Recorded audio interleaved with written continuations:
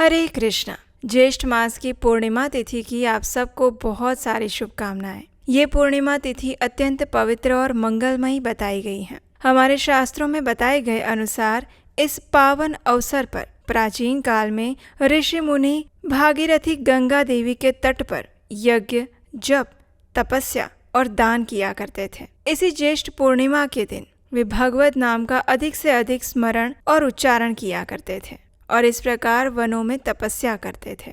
यज्ञ, दान और तपस्या ये तीन प्रमुख चीजें ऐसी हैं जिसे प्रत्येक व्यक्ति को करना चाहिए और इसका प्रमाण हमें भगवत गीता में भी प्राप्त होता है।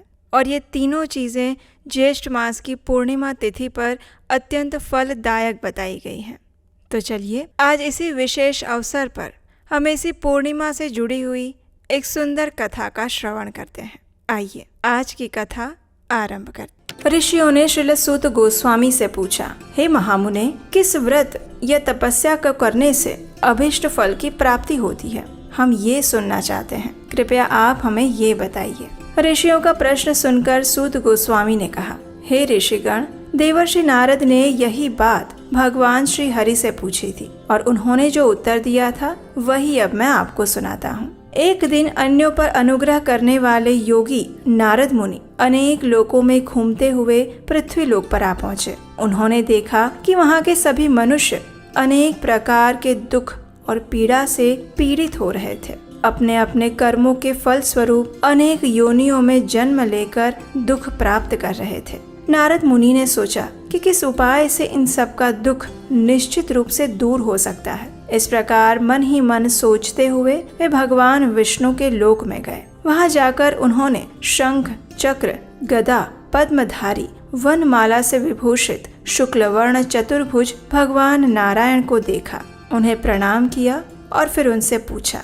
नारद जी ने कहा, हे प्रभु, आप मन और वाणी से अतीत और अनंत शक्ति हैं, आदि, मध्य और अंत से रहित हैं, भक्तों के दुख का नाश करने वाले हैं। मैं आपको नमस्कार करता हूँ। भगवान विष्णु ने नारद मुनि की ये स्तुति सुनकर उनसे कहा, हे महाभाग, आप किस प्रयोजन से यहाँ आए हैं और आपके मन में क्या अभिलाषा है? बताइए, मैं आपकी सभी बातों का उत्तर दूंगा। भगवान के द्वारा ऐसा कहने पर नारद मुनि ने कहा, हे प्रभु, मर्त्य लोक में मनुष्य पाप कर्मों के कारण अनेक योनियों में जन्म लेकर नाना प्रकार से क्लेश पा रहे हैं, अपने अपने पापों का फल भुगत रहे हैं। हे नाथ, उनके वे सारे क्लेश सहज में ही कैसे दूर हो सकते हैं? अगर आपकी मुझ पर कृपा है तो कृपया मुझे वो उपाय बताइए, उसी को सुनने की मेरी इच्छा है। ये सुनकर भगवान ने कहा, हे वत्स, लोगों के प्रति अनुग्रह होने के कारण तुमने बड़ी अच्छी बात पूछी है, जिसके करने से मनुष्य मोह से मुक्त हो जाता है। वो मैं अब तुम्हें कह रहा हूँ, ध्यान से सुनो। एक अत्यंत पवित्र व्रत है जो स्वर्ग या फिर पृथ्वी पर अत्यंत दुर्लभ है। मैं स्नेहवश आज उसी को तुम्हारे समक्ष प्रकट करता हूँ और इस व्रत का नाम है सत्यनारायण व्रत और इसकी विस्तार से विधि भी बताऊंगा। इस व्रत का सम्यक रूप से अनुष्ठान करने पर इस लोक में सुख भोग कर मनुष्य परलोक में मोक्ष को प्राप्त करता है। ये सुनकर नारद मुनि अत्यंत प्रसन्न हुए और उन्होंने कहा, हे प्रभु, इस व्रत का क्या फल है, इसकी क्या विधि है और किसने ये व्रत किया था और कब किया था? ये सभी बातें भी आप मुझे विस्तार पूर्वक बताइएगा। ये सुनकर भगवान श्री विष्णु ने कहा, हे नारद, इस व्रत से दुख, शोक आदि का नाश होता है, धन और धान्य की वृद्धि होती है। ये व्रत सौभाग्य, संतति और सर्वत्र विजय प्रदान करने वाला है। मनुष्य भक्ति और श्रद्धा के साथ किसी भी दिन ये व्रत कर सकता है, लेकिन विशेष रूप से सत्यनारायण देव निशामुख अर्थात संध्या के समय पूर्णिमा के दिन पूजे जाने पर अधिक संतुष्ट होते हैं। धर्मपरायण मनुष्य ब्राह्मण और बंधु बांधवों के साथ अगर ये व्रत करता है, भक्ति के द्वारा भोग लगाता है, तो भगवान श्री सत्यनारायण उनसे विशेष रूप से प्रसन्न होते हैं। इसके लिए भोग उत्तम पदार्थों का होना चाहिए। भोग सवा के हिसाब से होना चाहिए। केला, घी, दूध, गेहूं का आटा, गेहूं का आटा न मिलने पर चावल का आटा और चीनी अथवा गुड़ का भोग लगाना चाहिए। ये सभी चीजें परिमाण में सवा के हिसाब से होनी चाहिए और सभी को एकत्रित करके निवेदित करना चाहिए। तत्पश्चात घर के लोगों के साथ कथा सुनकर ब्राह्मण को दक्षिणा देनी चाहिए और इसके बाद ब्राह्मणों को प्रसाद खिलाकर अपने बंधु बांधवों के साथ भक्ति पूर्वक स्वयं प्रसाद ग्रहण करना चाहिए और भगवान के सामने प्रेमवश नृत्य और संकीर्तन करना चाहिए। उसके बाद स्तुति करके भगवान सत्यनारायण का स्मरण करते हुए घर जाना चाहिए। इस प्रकार करने पर मनुष्य को निश्चय ही मनोवांछित फल प्राप्त होता है। विशेषकर इस कलयुग में सत्यनारायण व्रत के अतिरिक्त पृथ्वी पर अभिष्ट सिद्धि का और कोई उपाय नहीं है। पूर्व काल में एक ब्राह्मण इस व्रत को करके कृतकृत्य हो गए थे। तो आइए अब उनकी कथा सुनते हैं।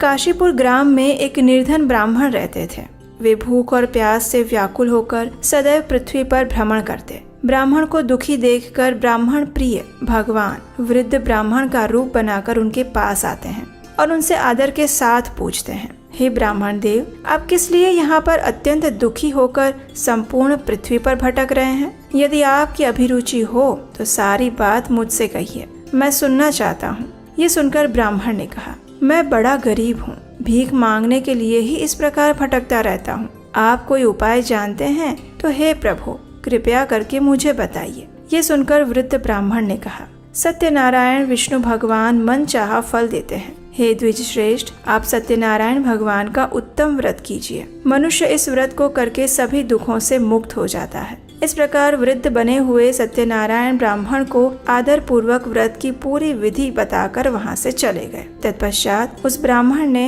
मन ही मन भगवान का चिंतन किया और घर वापस आया। उन्होंने समझा कि नारायण ने ही मुझको ये व्रत बताया है, इसलिए मैं इस व्रत को अवश्य करूँगा। और ब्राह्मण इसी सोच विचार में रहे। उनको रात्रि में नींद नहीं आई। प्रातः काल उठते ही मैं सत्यनारायण व्रत करूंगा, ये संकल्प लेकर वे ब्राह्मण भिक्षा के लिए गए। उस दिन ब्राह्मण को भिक्षा में प्रचुर द्रव्य की प्राप्ति हुई। उसके द्वारा उन्होंने बंधु बांधवों के साथ सत्यनारायण भगवान का व्रत किया और उस व्रत के प्रभाव से वे श्रेष्ठ ब्राह्मण समस्त दुखों से छूटकर संपूर्ण संपत्ति से संपन्न हो गए और तब से वे प्रत्येक मास सत्यनारायण भगवान का व्रत करने लगे। कथा को आगे बढ़ाते हुए भगवान श्री विष्णु ने कहा, वे उत्तम ब्राह्मण वृद्ध रूपधारी नारायण के द्वारा व्रत को जानकर सभी पापों से मुक्त हो गए थे और उन्होंने दुर्लभ मोक्ष की प्राप्ति की थी। हे नारद, जिस समय इस व्रत का पृथ्वी में प्रचार होगा उसी समय मनुष्यों के समस्त दुख नष्ट हो जाएंगे। इस कथा को सुनाते हुए श्री सूत गोस्वामी ने ऋषियों से कहा,